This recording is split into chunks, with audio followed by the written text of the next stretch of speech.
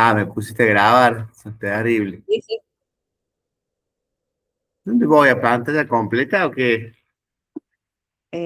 Sí. No, No, en pestañas, bueno, pestaña de Chrome, sí. ahí, o en ventana. Fíjate dónde ¿tenés PowerPoint aparte o lo tenés No, en tengo internet? acá, me voy. En ventana, ¿no?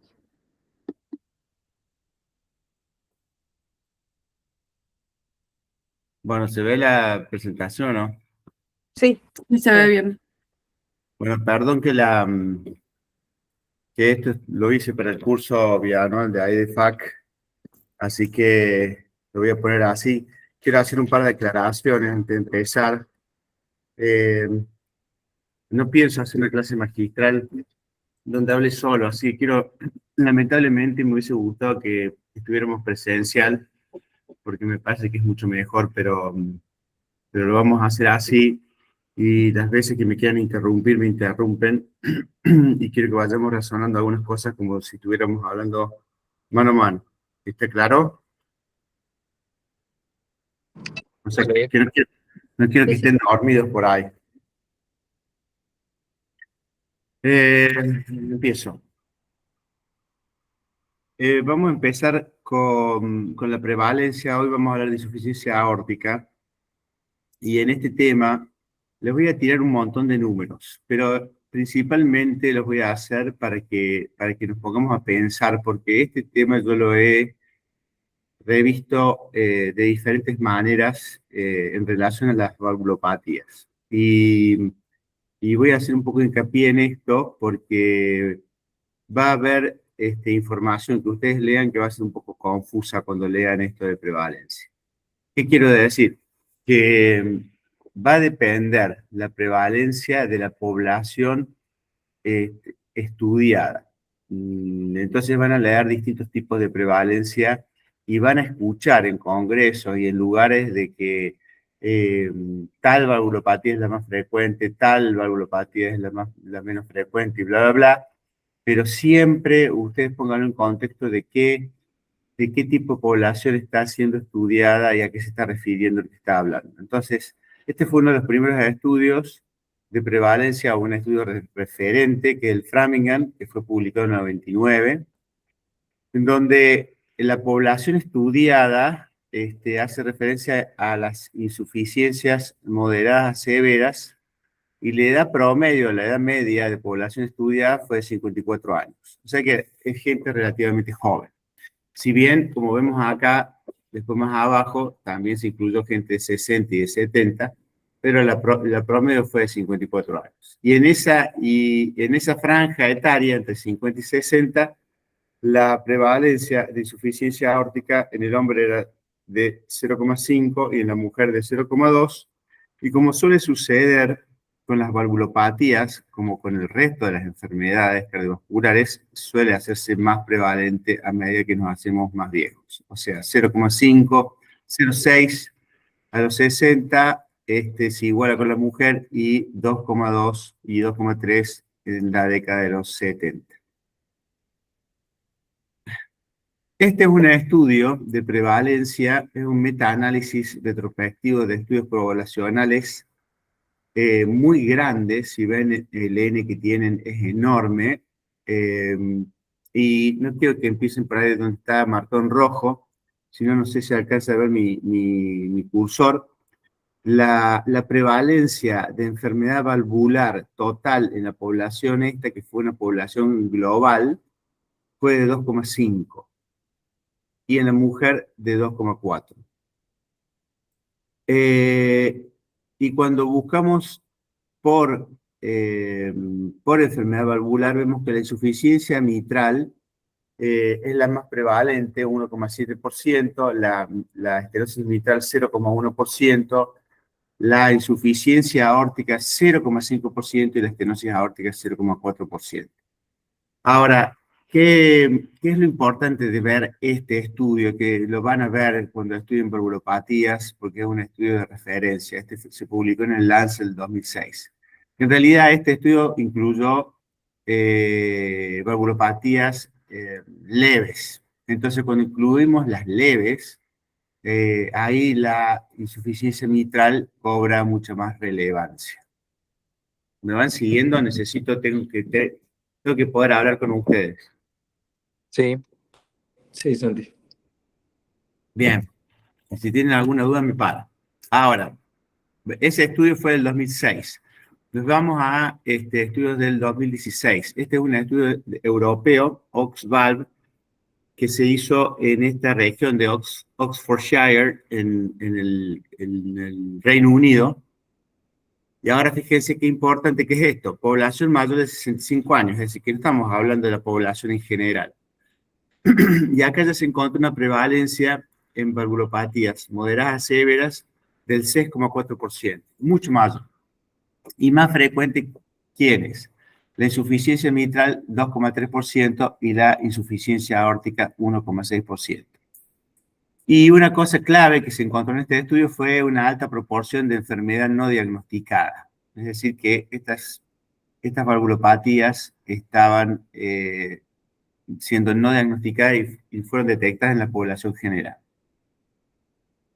Por otro lado, está este estudio en Estados Unidos, el ONU-VALV Study, que fue publicado en el 2023, también pacientes mayores de 65 años, cualquier tipo de valvulopatías mayor a leve puede del 35% en la prevalencia, y valvulopatía significativa, moderada, severa, 16%. Muchísimo, muchísimo más alto de lo que veníamos viendo.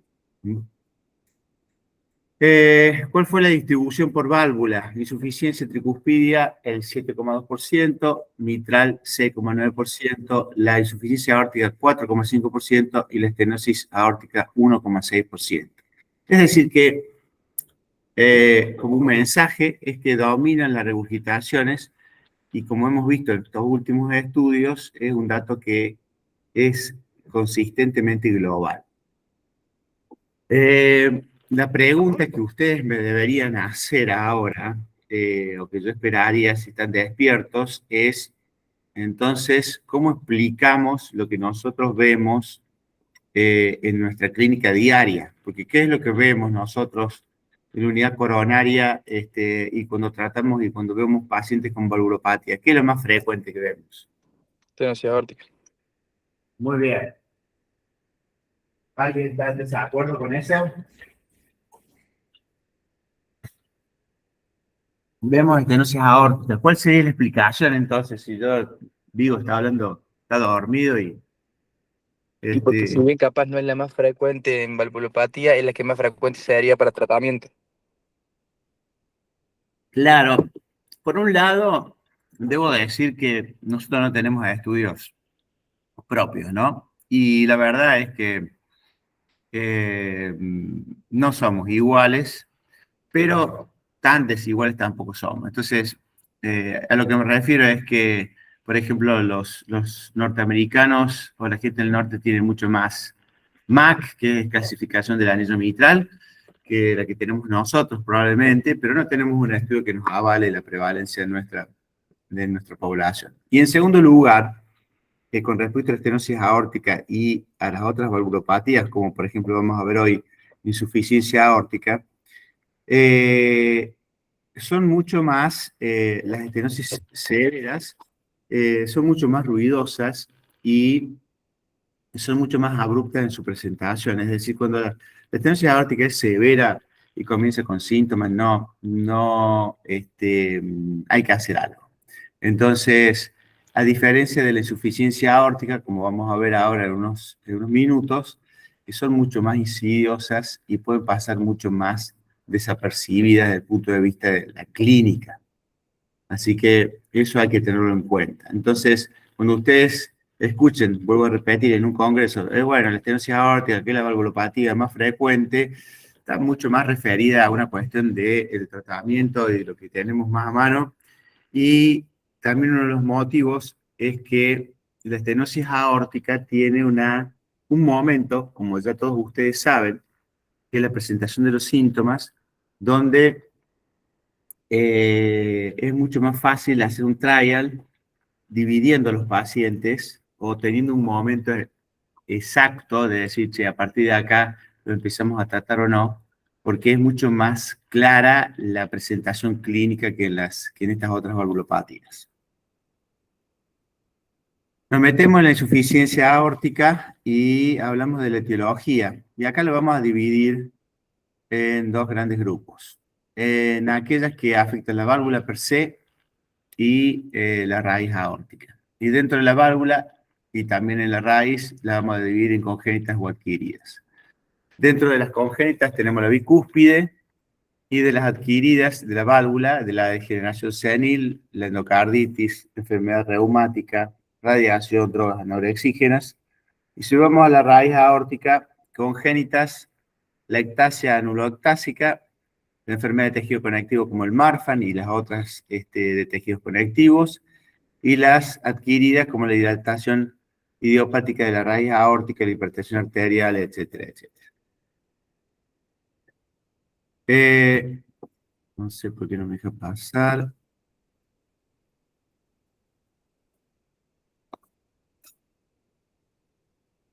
Bueno, acá estamos. Es una diapositiva un poco cargada, pero del lado izquierdo de la diapositiva vemos un estudio que es el Euroheart Survey de valvulopatías, que se publicó en el 2017, 28 países, más de 7.000 pacientes, y vemos que la valvulopatía moderada severa más frecuente en insuficiencia aórtica, ahora estamos hablando específicamente de insuficiencia aórtica, está relacionada con la enfermedad degenerativa y con las congénitas, que sería la segunda barra que vemos ahí en ese gráfico de barras.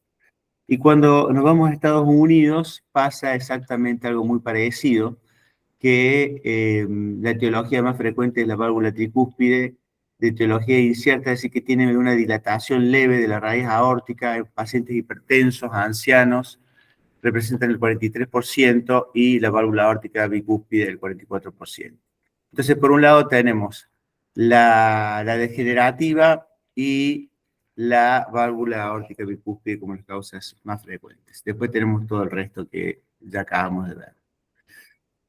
Ahora, si vamos a países o a regiones menos desarrolladas, lo que cobra importancia en países con bajo ingreso per cápita es la fiebre reumática y la endocarditis como principales causas de insuficiencia aórtica.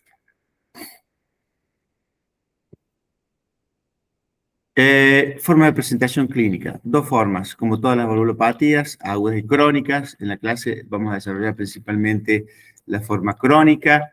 La forma aguda habitualmente, para nombrarla en dos palabras, se presenta secundaria a un cuadro de endocarditis infecciosa, a una disección de aorta, para aquellos que ya han estado en la unidad coronaria y que han tratado a algún paciente con disección de aorta, todos tienen que saber que este es un punto clave, porque a nosotros, esta ha sido una de las pocas emergencias para las cuales nos van a llamar a los ecografistas, porque tenemos que descartar que no tenga una insuficiencia aórtica. Que digamos que el gesto terapéutico va a ser distinto, o le van a reemplazar la raíz aórtica sola, o le van a reemplazar la raíz aórtica junto con la válvula. Post-TAVI, acá voy a hacer un apartado muy cortito, pero que es importante que ustedes sepan. Actualmente, el TAVI está en una era donde los hemodinamistas ya han hecho curva de aprendizaje, ya es muy raro ver esto, que tengamos una insuficiencia aórtica importante, pero cuando comenzó el TAVI, esto era el gran temor de los hemodinamistas, que quedara con insuficiencia aórtica más que leve, es decir, que quedara moderada, que quedara severa, porque esto es muy importante en la estenosis aórtica, porque la estenosis aórtica produce una hipertrofia concéntrica, va a hacer que tenga una cavidad habitualmente ventricular chica, un ventrículo hipertrófico y también con fibrosis que se distiende poco. Entonces, si ustedes producen una insuficiencia aguda, ese paciente la va a pasar mal, va a aumentar la presión de fin de diástole del ventrículo izquierdo, va a disminuir el flujo anterógrado y el paciente va a entrar en edema agudo de pulmón y en shock cardiogénico. Entonces es un verdadero problema. Esa va a ser la clínica del paciente y se debe básicamente a lo que acabo de mencionar recién, un paciente que tenemos que escucharlo hemodinámicamente y resolver el problema. También una cosa que casi probablemente para ustedes no es común y no han visto, antes de la era del TAVI se hacía valvuloplastia con balón para aquellos pacientes que se le hacía puente para cirugía. Ahora ya no se hace. Las dos grandes complicaciones eran justamente la embolia sistémica de calcio y también que quedara con insuficiencia importante, entonces era todo un procedimiento de riesgo porque el paciente podía estar peor de lo que ya estaba. ¿Alguna pregunta? Si no hay ninguna pregunta, sigo. Fase crónica, inicial. ¿Qué va a pasar? Va a haber regurgitación y voy a ser muy básico en algunas cosas, no me importa, quiero que las aprendan, que las sepan, y que me pregunten, como dije recién. El ventrículo izquierdo se va a llenar desde la aorta y desde el aurículo izquierdo durante la diástole, por lo cual va a aumentar la presión de fin de diástole del ventrículo izquierdo y el volumen de fin de diástole, y también la presión de la aurícula izquierda. ¿Qué va a hacer el ventrículo? Va a dilatarse y con una hipertrofia excéntrica. Y lo que va a suceder es que va a disminuir el flujo neto anterógrado. Luego vamos a empezar una fase crónica estable, como dije, va a aumentar el volumen de fin de diástole del ventrículo izquierdo, eso va a llevar, sin lugar a dudas, y recuerden esto de la ley de Laplace, el aumento de la tensión parietal. ¿Y cómo lo va a compensar el ventrículo? Lo va a compensar con esto que es la hipertrofia excéntrica, que va a generar sarcómeros en serie, es decir, que la fibra miocárdica la va a elongar, y esto va a ayudar a mantener la complacencia del ventrículo izquierdo y la relación volumen-masa. Dos cosas importantes con respecto a esto, y acá también me gustaría que, a pesar de que son las 7 de la mañana, 7:30, me pregunten, porque la ley de Laplace habla de que la presión, digamos que la tensión parietal va a ser igual a la presión por el radio sobre 2 especies. Dilato el ventrículo, va a aumentar la tensión parietal y no se me hipertrofia de la misma manera como veo en la hipertrofia concéntrica de la estenosis aórtica. Entonces, ¿cómo estaría haciendo el ventrículo para compensar esa tensión de pared? Aumentando el radio, aumentando el volumen. Si me aumenta el radio, me aumenta la tensión. ¿Se entiende? Eso es lo que hace el ventrículo, sí. Pero lo hace ¿por qué? Porque ahí viene la otra pregunta fisiopatológica. ¿Qué hace el ventrículo al dilatarse? ¿Qué compensa? Y la sobrecarga La fuerza de contracción con Frank Starling. ¿O no? Bien, una es la Frank Starling, perfecto. O sea que le voy a dar más fuerza de contracción para mantener el volumen anterógrado. Perfecto. ¿Y qué otra cosa hace que es fundamental en la fase crónica? Vasodilatación periférica también. No, estoy hablando del ventrículo y de las presiones del ventrículo. No se escucha, Santi, me parece. Que estoy hablando de la compensación dentro del ventrículo. Se lo voy a decir, que pasa lo mismo con la insuficiencia mitral. ¿Qué hace la insuficiencia mitral? Dilata la aurícula izquierda. ¿Para qué? ¿Para qué la dilata?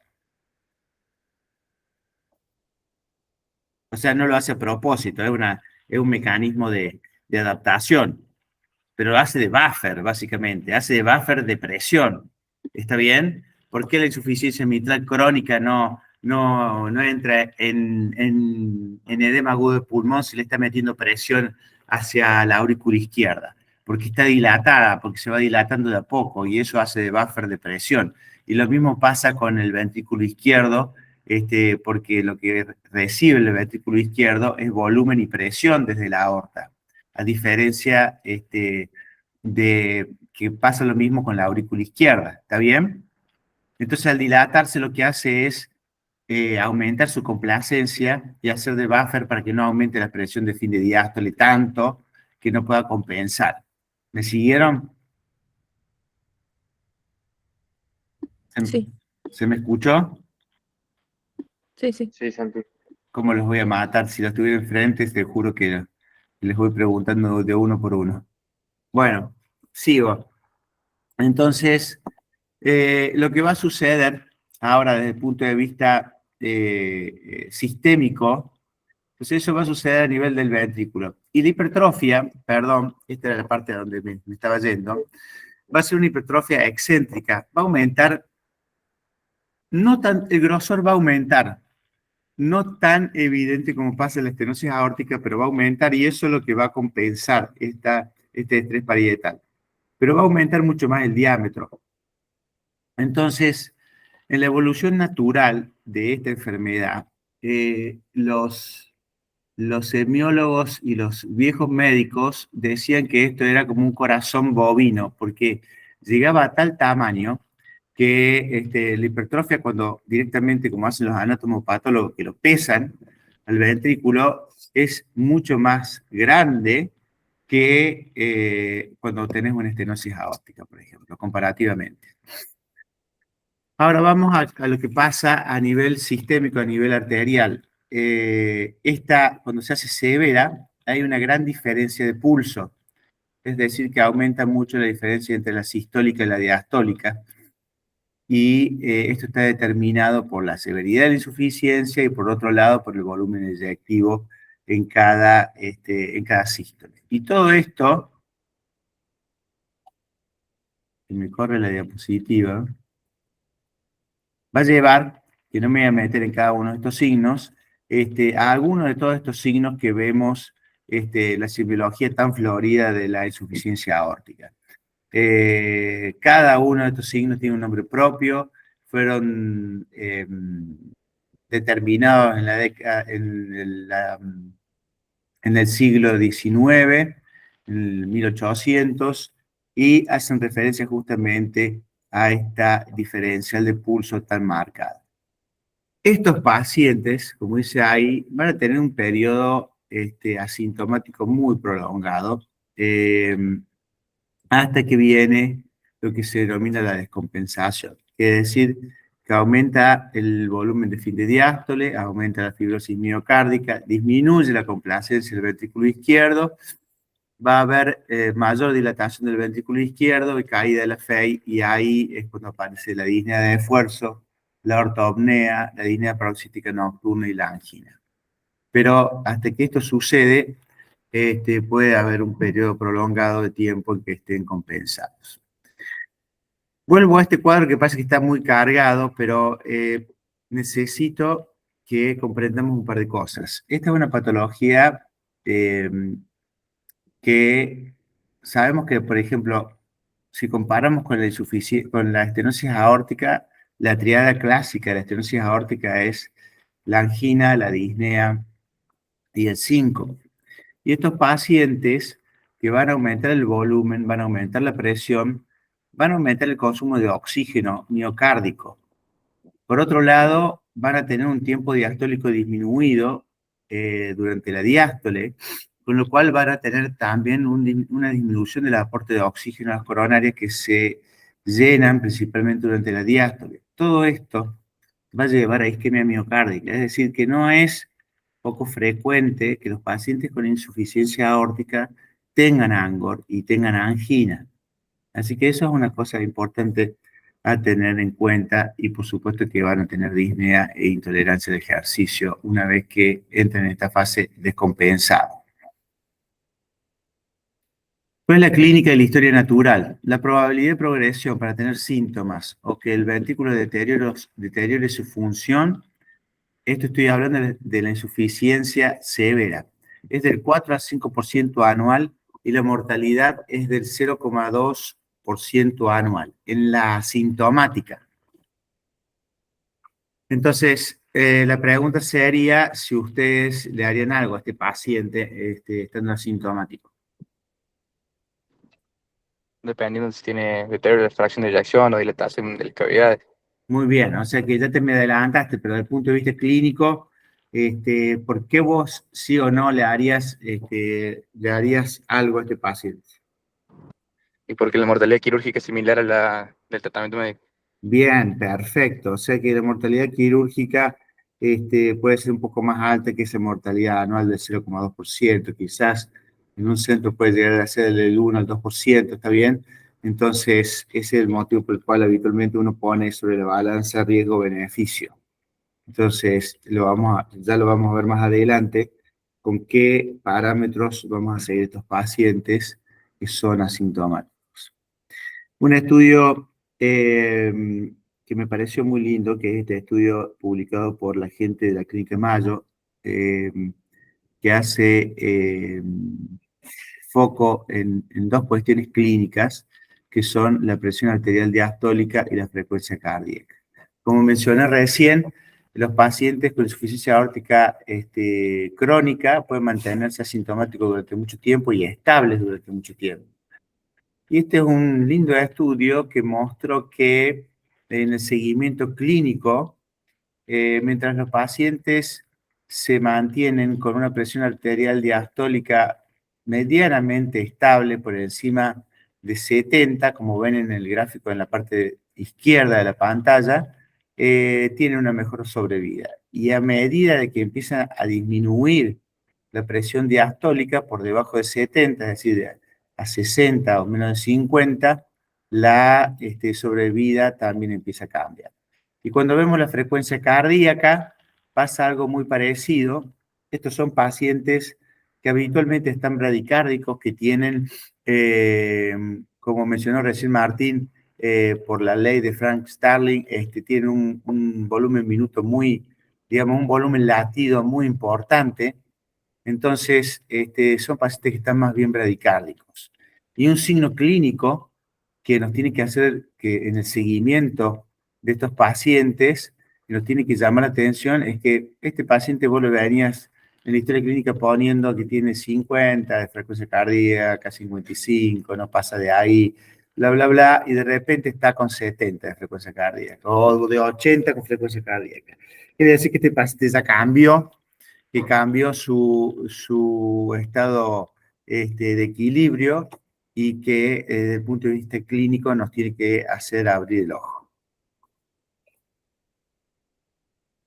Vamos al examen físico. Voy a entrar con cosas muy antiguas y me tomé el atrevimiento voy a poner algunas diapositivas un poco cargadas, pero una cosa que me encantó desde el punto de vista histórico, y aunque sea que la sepan una vez, que les quede grabado, porque esto después uno se va a olvidar. Choque de punta en cúpula de Barr. Barr fue un médico francés, Louis Barr, que mencionó el choque de punta, que va a ser un choque de punta que va a estar desplazado por fuera de la línea hemiclavicular izquierda, y que va a ser un choque de punta sostenido, enérgico, no va a ser un golpe como puede ser el choque de punta normal, y que va a ser como en una región, por eso lo denominó como cúpula. ¿Está bien? Y esta diapositiva que está un poco cargada, el señor Corrigan, que nació en Dublín en 1802 y que su mayor aporte, lo voy a mencionar rápido, notó el rápido ascenso y colapso de las arterias en el cuello de los pacientes con esta valvulopatía. Después lean toda la descripción de este hombre, de qué se trató, y más adelante se acuñó el término de pulso en martillo de agua. Yo les traigo esto porque estas son cosas que yo estudié hace 1000 años en la universidad y uno no sabía de qué se trataba todas estas cosas que son viejísimas y que voy a decir, ¿qué miércoles será el martillo de agua? Bueno, el martillo de agua es esto que están viendo ustedes acá en la diapositiva. Era aparentemente un juguete que tenían los chicos en Inglaterra y que era una cosa hecha de plástico y que tenía agua en el interior, pero que estaba cerrada al vacío, es decir, que no tenía aire adentro. Y aparentemente, desde el punto de vista físico, el no tener aire hace que el golpe del agua, cuando uno mueve este aparatito de arriba para abajo, sea un golpe muy característico y muy sonoro. Entonces, de ahí viene este nombre de pulso como un martillo de agua, porque es como que sube y baja de una manera muy fuerte.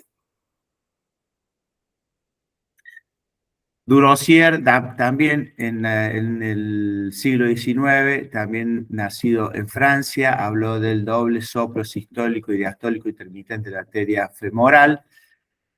Austin Flint habló del soplo de tipo diastólico por la falta. Hay distintas teorías con respecto de esto, pero una de ellas es que el choque del chorro de la insuficiencia aórtica sobre la valva anterior de la mitral hace que no cierre o que quede parcialmente cerrada y por eso produzca este soplo de llenado diastólico que lo produciría una estenosis relativa de la mitral, como estoy explicando.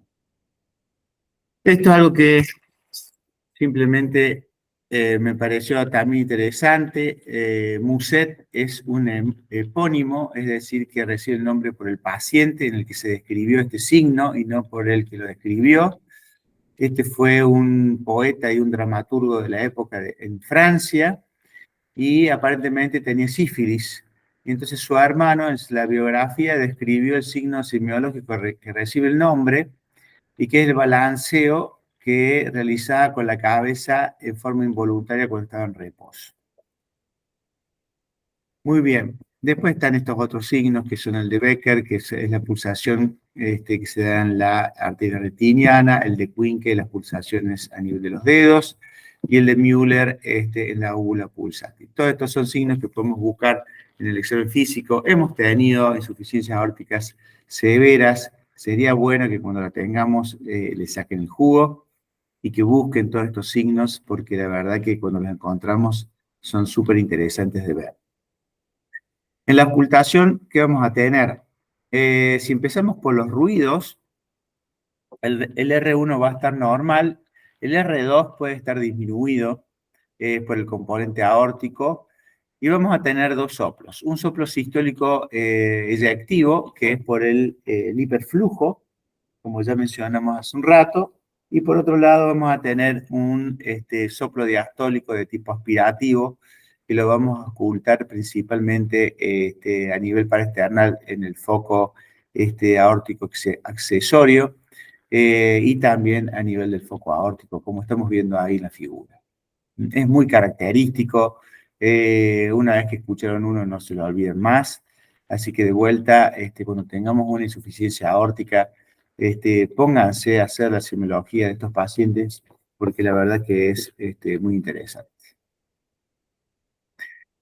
En el electrocardiograma que vamos a poder ver, vamos a ver signos de hipertrofia ventricular izquierda, y lo mismo que vamos a ver en la radiografía de tórax. Como vemos la radiografía y también en el electro, se ve una gran hipertrofia ventricular izquierda, un gran corazón, y como mencioné recién, pueden llegar a estadios en donde vean corazones que realmente llaman la atención. Sin lugar a dudas, el ecocardiograma va a ser lo que nos va a dar el diagnóstico, y estos son 3 pasos que serían fundamentales que ustedes tengan para aquellos que van a hacer imágenes, como una guía de lo que tenemos que describir en cada valvulopatía, porque esto sirve para cualquier valvulopatía. Inicialmente lo que vamos a determinar va a ser el mecanismo y la etiología. Como paso 2 vamos a determinar la cuantificación del grado de la insuficiencia. Si fuera de la estenosis vamos a ver la severidad. Y por último, la repercusión hemodinámica y el estudio de las cámaras cardíacas. Dentro del mecanismo, lo que hemos hecho desde el punto de vista de la insuficiencia aórtica es trasladar la clasificación de Carpentier en insuficiencia mitral a la insuficiencia aórtica. Entonces vamos a tener 3 tipos, básicamente. La tipo 1 donde la movilidad de las cúspides va a ser normal, la tipo 2, donde la movilidad de las cúspides está aumentada, y la tipo 3, donde la movilidad de las cúspides está restringida. A su vez, la tipo 1 se va a dividir en estos otros 4 subtipos, donde vamos a tener distintos tipos de dilatación de la raíz aórtica, y que va a ser muy importante a la hora de mi descripción como ecografista para el cirujano, para que sepa qué tipo de técnica puede utilizar en el caso de que la fuese a reparar o en el caso que vaya a hacer un reemplazo de la raíz aórtica.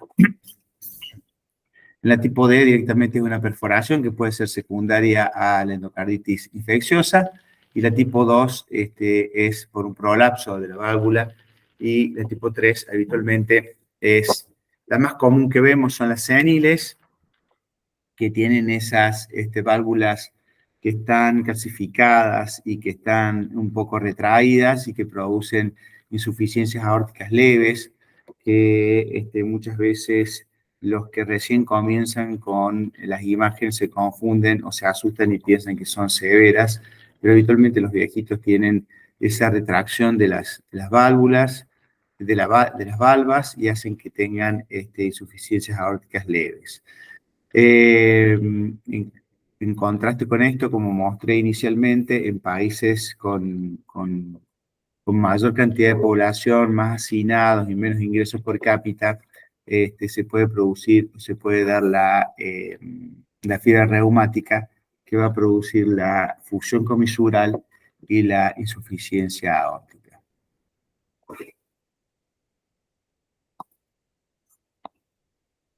Bueno, entonces, como dijimos recién, lo primero que vamos a ver va a ser la morfología. Entonces, vamos a ver algo un poquito más divertido, que va a ser las imágenes.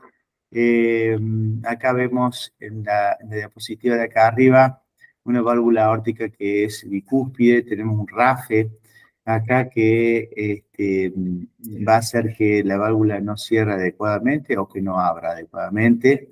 Lo mismo en la parte de abajo de la diapositiva vemos una válvula engrosada y el velo, y esto sería un trance esofágico, por lo tanto esta valva va a ser una valva anterior que va a tener, y se ve con un leve prolapso.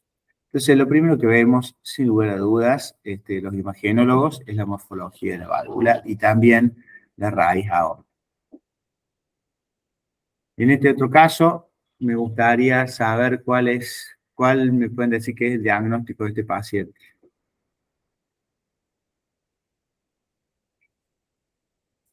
¿Puede ser reumático? Quiero saber si están ahí, porque le estoy dando clase en la pantalla, entonces necesito el ida y vuelta con ustedes. Estamos. Claro, parece ser reumática. ¿Por qué es reumática? Porque tiene fusión comisural, porque abre el domo, si ustedes lo logran ver, y en la parte, en el video de arriba a la derecha, ven que tiene tanto estenosis como insuficiencia.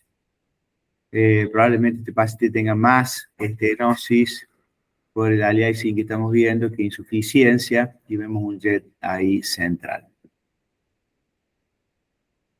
¿Y este paciente, qué les parece?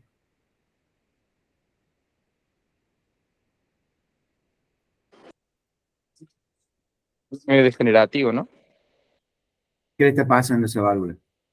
Y un prolapso cerca vía ventricular también. Muy bien, muy bien. Lo que tiene es, este paciente no se alcanza a ver probablemente del todo, pero tiene una endocarditis infecciosa, ha deteriorado la valva, y eso es lo que está generando el prolapso. Y una cosa que me parece muy importante que ustedes puedan visualizar en la parte superior derecha es que es una insuficiencia severa. Vean cómo el jet de regurgitación ocupa todo el tracto de salida del ventrículo izquierdo. Entonces, eso quiero que les quede grabado para que vean la diferencia cuando, por ejemplo, les muestro esta otra que recién vimos. Esto es un jet central que ocupa solamente una parte del tracto de salida, que es uno de los determinantes de la severidad de la insuficiencia aórtica. Está bien, ya vamos a ver cómo determinamos el grado de gravedad, pero es muy diferente ver esta insuficiencia de esta otra.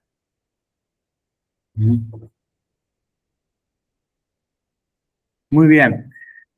Vimos la válvula, ahora la otra cosa que tenemos que valorar va a ser la raíz aórtica, y la raíz aórtica vamos a valorar 4 porciones: el anillo, la porción sinusal, la unión sinotubular y la aorta ascendente. Sin lugar a dudas la tenemos que ver, sobre todo cuando hablamos de insuficiencia aórtica. Y para los que ya han rotado por ecocardiografía, sabemos que esto lo vamos a ver en el eje paraesternal izquierdo, en el eje largo del ventrículo izquierdo, pero ese es nuestra primera mirada, y posteriormente, si nosotros tenemos una válvula aórtica bicúspide o si estamos viendo que la raíz aórtica está dilatada, nos vamos a ir a un espacio intercostal más arriba de ese eje largo y nos vamos a focalizar en la aorta. Entonces, olvidándonos del ventrículo. Eso lo tenemos que hacer cada vez que hacemos una examinación de este tipo. ¿Y qué es lo que medimos y qué es lo que nos dice la guía que lo midamos? Tenemos que medir el anillo, que en definitiva no es un anillo verdadero, como ustedes ya saben, pero medimos el anillo de la válvula a nivel de digamos, de los hinge points, que se llaman, donde se llega las cúspides en sístole, que sería el momento donde más dilatado tenemos el anillo.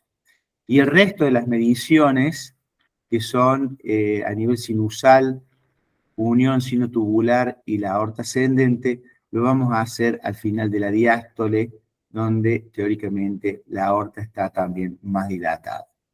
Una cosa a tener en cuenta desde el punto de vista de la comparación con estudios: el gold estándar para medir todo esto probablemente sea la tomografía o la resonancia, que va a medir, como vemos acá a la derecha de la diapositiva, de borde interno a borde interno.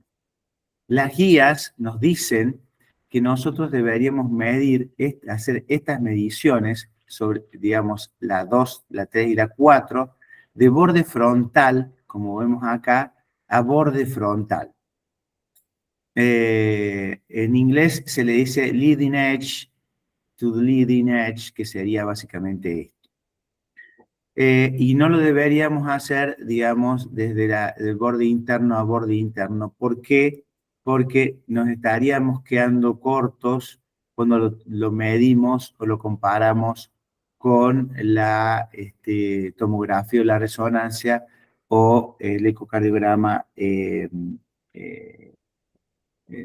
básicamente el ecocardiograma transtorácico. Mediríamos 2 a 4 centímetros menos en TAC o en resonancia. Esto es re importante porque en el seguimiento de los pacientes sabemos que el crecimiento de la aorta es un factor determinante para llevar a un paciente a cirugía si se va dilatando más de determinados milímetros por año. Entonces, es importante que el operador que describe la dilatación o describe cuánto, digamos, los milímetros que tiene este paciente, cómo hace o qué técnica utiliza. La deberíamos tener todos incorporada y decir, che, esto se mide así, y ni siquiera me haría falta describirlo, pero es importante desde el punto de vista técnico, porque podemos tener esta diferencia de 2 a 4 milímetros de acuerdo a cómo lo midamos nosotros.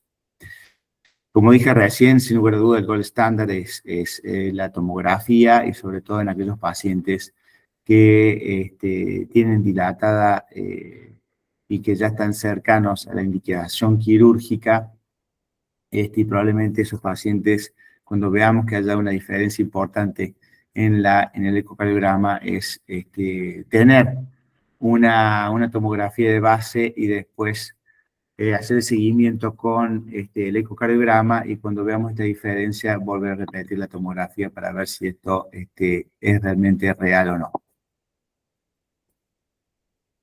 Muy bien, pasamos a cuantificar el grado de insuficiencia. Ah, ya son las 8, estamos hasta las manos, ¿no? Sí, todo medio complicado. Estamos jugados. ¿Quién me está hablando Sí. ahora? Nadie. Te hago una consulta, Santi, Sí. ¿y qué te faltan muchas diapos todavía? Un montón. Y capaz la más importante porque me refiero a tratamiento y todo lo demás. ¿Qué quieren que hagamos? Yo no tengo problema para darla en el horario y el día que quieran, pero díganme y la terminamos. Mañana estás muy complicado a la mañana.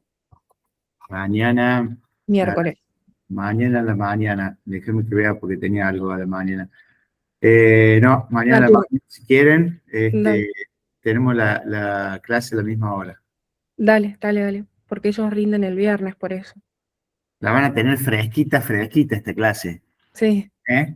dale, nos conectamos mañana entonces a las 7. Bueno, perdón porque me demoré hoy 10 minutos. Mañana No, estaré más temprano. No hay problema, gracias, Santi. Muy buena clase. ¿Por qué veo Gracias, 4 solamente profe. acá, Nadia? Que no hay nadie. no, hay 10 y había un poquito más, sino que se estuvieron yendo. Me imagino que algunos están entrando a ser. ¿Vos no podés ver? Acá en el cerro somos varios escuchando. Ah, bueno. Mañana Gracias, Santi. mañana voy a hacerles preguntas de lo que les dije hoy, les aviso. Dale. Gracias, Nos vemos Santi. Dale, mañana. Santi, nos vemos, chau. chao. Chao.